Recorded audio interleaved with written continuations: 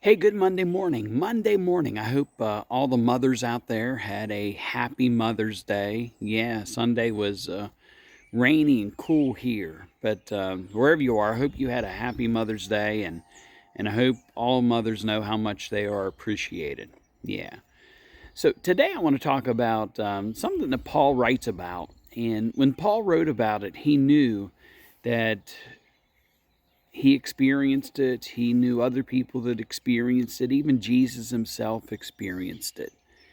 And Paul writes in Ephesians chapter 4, verse 29, do not let any unwholesome talk come out of your mouth, but only what is helpful for building others up according to their needs.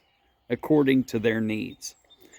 So, what is Paul talking about? I mean, think of the words that we use because words are important.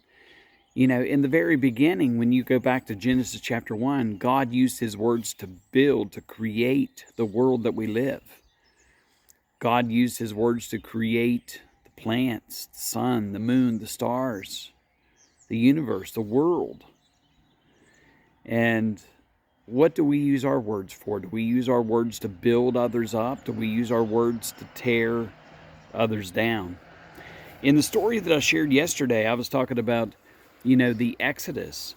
And I wasn't reading from the book of Exodus, but an experience that happened between these two brothers and sister. These siblings, from the very beginning of the Exodus, led Israel out of slavery. And Miriam was the singer of the group. Aaron was the mouthpiece for Moses, and Moses was the prophet. And in Numbers chapter 12, it says that Miriam and Aaron began to talk against Moses because of his Cushite wife. And for those who may not understand what that Cushite means, it means that she was from a different tribe. She was from a different group of people. She was from a different culture. In January of 2020, a group of us went to Israel, Egypt, Jordan. And when we were in Egypt, we were able to go to a Nubian village right off the Nile River. And it was a beautiful experience. But Moses' second wife made Aaron and Miriam jealous. And so they, even though no one else was around, they began to talk against Moses and his wife, his new wife. And what happens? God heard it. Sometimes we forget that God hears our conversations. God hears our thoughts. And what happens? Well, God calls out Aaron, Miriam, and Moses. And at the end of the conversation, even though Moses may not have known what happened, he knows that something severe happened because God speaks to all three of them. But he addresses Aaron and Miriam. And when the conversation is over,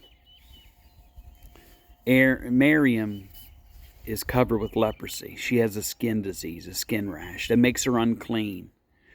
And so Miriam has to stay outside of the camp. Now, it would have been longer than a week that she'd have to stay outside the camp, but Moses intercedes.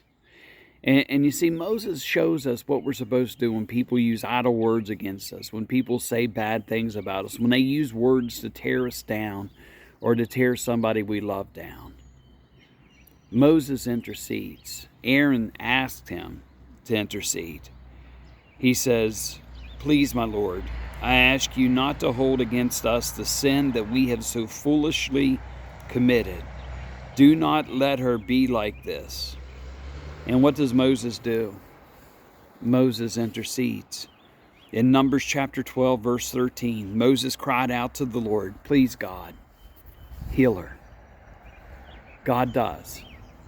But he doesn't do it right away because he wants Aaron, he wants Moses, and he wants Miriam to know that there are consequences for our actions. And because of that consequence, Miriam has to stay outside the camp. She's not permitted to be around anyone because of the sin that she and Aaron committed.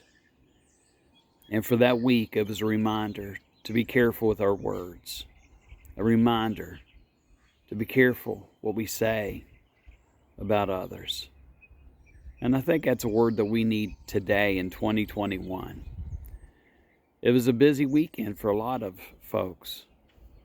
Prom was this weekend, Mother's Day weekend, and now it's a new week. It's cold. But again, the sun, it'll be coming. Summer's not here yet, it's still spring. This is Pastor Bill from St. Luke's United Methodist Church, Harrisville, West Virginia, Ritchie County, West Virginia. Be careful with your words. Use them wisely. Use them to build others up, not tear them down. And wherever you are, I hope you're happy, hope you're healthy, hope you're safe, and I hope you're warm. Have a great day, everyone.